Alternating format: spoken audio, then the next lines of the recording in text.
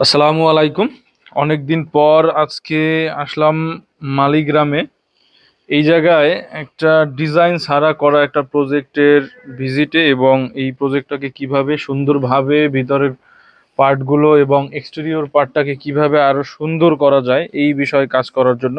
তো আমরা বেসিক্যালি অনেকে এরকমের ডিজাইন ছাড়া একটা বাড়ির কাজ শুরু করি বা একটা বাড়ি করে ফেলি, বাট এই ডিজাইন ছাড়া করলে আসলে এই রকমের বিপাকে বা এই রকমের প্রতিবন্ধকতা প্লাস অপছন্দনীয় যে ব্যাপারগুলো এইগুলোকে ফেস করতে হবে।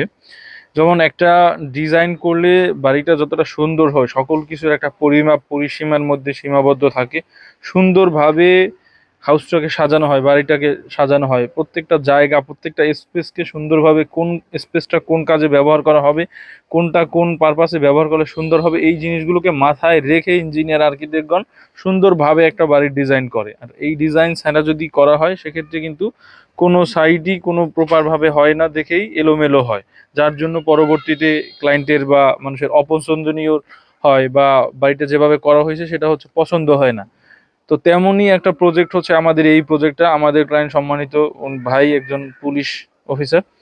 তো ওনার আসলে উনি ডিজাইন ছাড়া করে পরবর্তীতে এখন এইভাবে বিপাকে পড়ে আছেন, ওনার আসলে মনের মতন হচ্ছে না বা পছন্দ হচ্ছে না পরবর্তীতে। তো আমরা চেষ্টা করব ভাইয়ের যাতে পছন্দ হয় বা যেভাবে সুন্দর করা যায়, কতটা সুন্দর কিভাবে করা যায় ওই জিনিসটা আমরা খেয়াল রেখে ভাইয়ের কাজটা আমরা করে দিব।